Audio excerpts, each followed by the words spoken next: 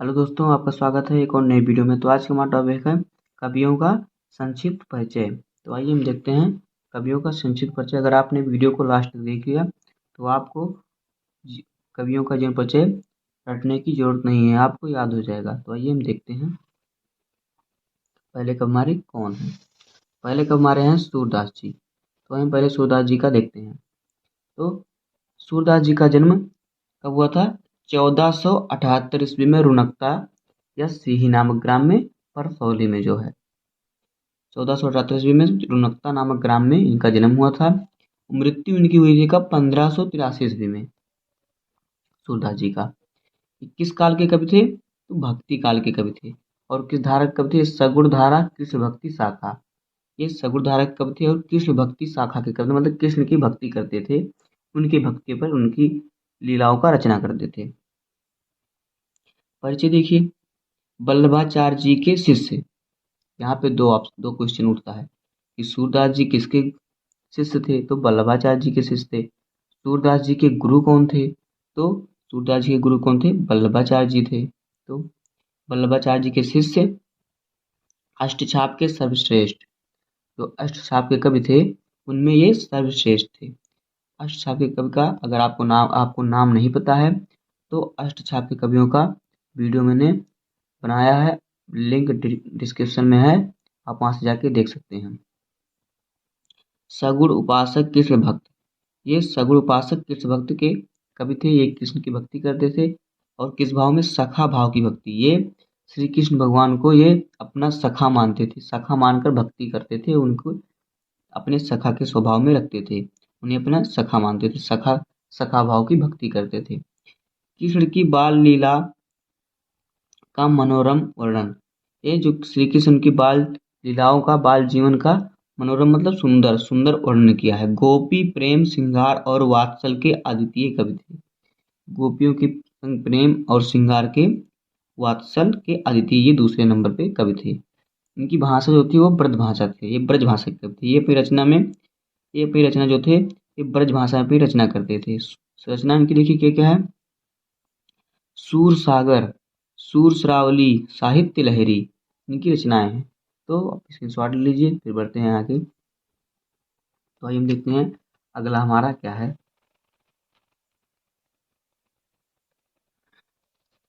तो अगला हमारा है तुलसीदास जी का। तो हम देखते हैं तुलसीदास जी का।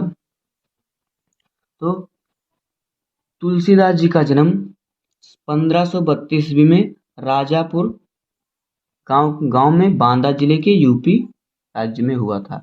यूपी के बांदा जिले के राजापुर ग्राम में इनका जन्म 1532 ईस्वी में हुआ था और मृत्यु कब हुई थी? 1632 ईस्वी में। तुलसीदास जी ने 100 साल का जीवन व्यतीत किया। ये किस काल के कवि थे? ये थे भक्ति काल के, सगुण धारा। लेकिन ये राम भक्ति शाखा के कवि थे। ये राम को अपना ईश्वर मानते थे, उनकी उपासना करते थे, उनको राम को अपना ईश्वर मानकर उनके प्रति ये रचना करते थे और भक्ति करते थे। पिता, इनके पिता का नाम क्या था? आत्माराम दुबे। तुलसीदास जी के पिता का नाम था आत्माराम दुबे। माता का नाम हुलसी, तुलसी देवी था इनकी माता का नाम। इनकी पत्नी थी कौन? रत्नावली। आइए इनका परिचय देखते हैं। पिता का नाम था आत्माराम दुबे, माता का नाम था हुलसी और पत्नी का नाम था रत्नावली। आइए अब हम इनका परिचय देखते हैं। श्री राम के भक्त, ये श्री राम के भक्त थे। ये राम भक्त सारे कब थे? तो ये श्री राम के भक्ति थे और उनकी शक्ति, शील और सौंदर्य का वर्णन करती है। श्री राम के भक्त थे और उनके शक्ति सौंदर्य का वर्णन करते थे, उनकी वीरता का वर्णन करते थे। दास भाव की भक्ति, ये श्री राम को अपना प्रभु मानते थे और खुद को उनका दास मानकर भक्ति करते थे। दास भाव की भक्ति है। और यह प्रचलित विविध काव्य शैलियों में रचना, इन्होंने बहुत सी काव्य शैलियों में रचना की है। काव्य में समन्वय की विराट चेष्टा है, इसे देखने का, पढ़ने का मन जागृत होता है। भाषा देखिए क्या है? अवधी और ब्रज भाषा। इन्होंने, तुलसीदास जी ने अपनी रचना में अवधी और ब्रज भाषा का प्रयोग किया है। रचनाएं इनकी देखिए क्या क्या है? श्री रामचरितमानस और विनय पत्रिका, कवितावली, जानकी मंगल, पार्वती मंगल आदि इन्होंने 12 रचनाएं की हैं। अपने जीवन काल में इन्होंने 12 रचनाएं की हैं। तो आइए अब हम देखते हैं आगे, इसका स्क्रीनशॉट लीजिए आप। आगे आइए देखते हैं हम दूसरा क्या है हमारा। तो अगला हमारा क्या है, अगला हमारे हैं, अगले कवि हमारे हैं बिहारी जी। गागर में सागर भरने वाले कवि बिहारी जी हैं। तो आइए हम बिहारी जी का देखते हैं। बिहारी जी का जन्म 1603 ईस्वी में हुआ था, वसुआ गोविंदपुर, जो कि मध्य प्रदेश में है। मध्य प्रदेश के वसुआ गोविंदपुर ग्राम में हुआ था।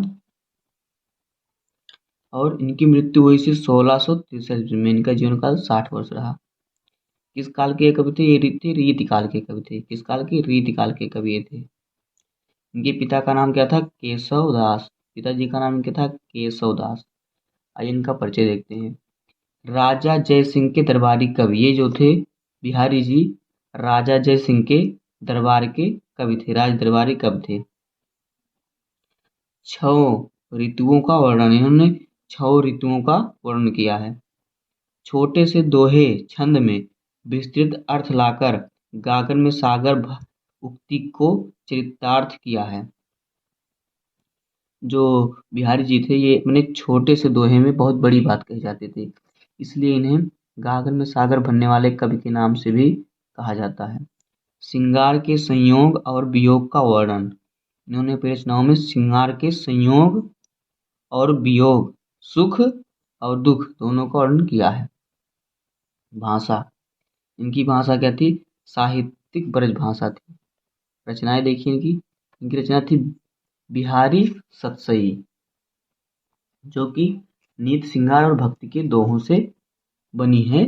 ये क्या? बिहारी सतसई। इन्होंने इसमें नीत श्रृंगार और भक्ति के दोहे से रचना की एक की, जिसका नाम है बिहारी सतसई। तो आइए हम देखते हैं अगला। अगला हमारा है, अगले हमारे महादेवी वर्मा जी। तो आइए हम देखते हैं महादेवी वर्मा जी का। तो महादेवी वर्मा जी का जन्म 1907 ईस्वी में फर्रुखाबाद में के यूपी जी राज्य में फर्रुखाबाद में 1907 ईस्वी में हुआ था। उनकी मृत्यु 1987 ईस्वी में हुई थी। ये 80 साल उनका जीवन काल रहा।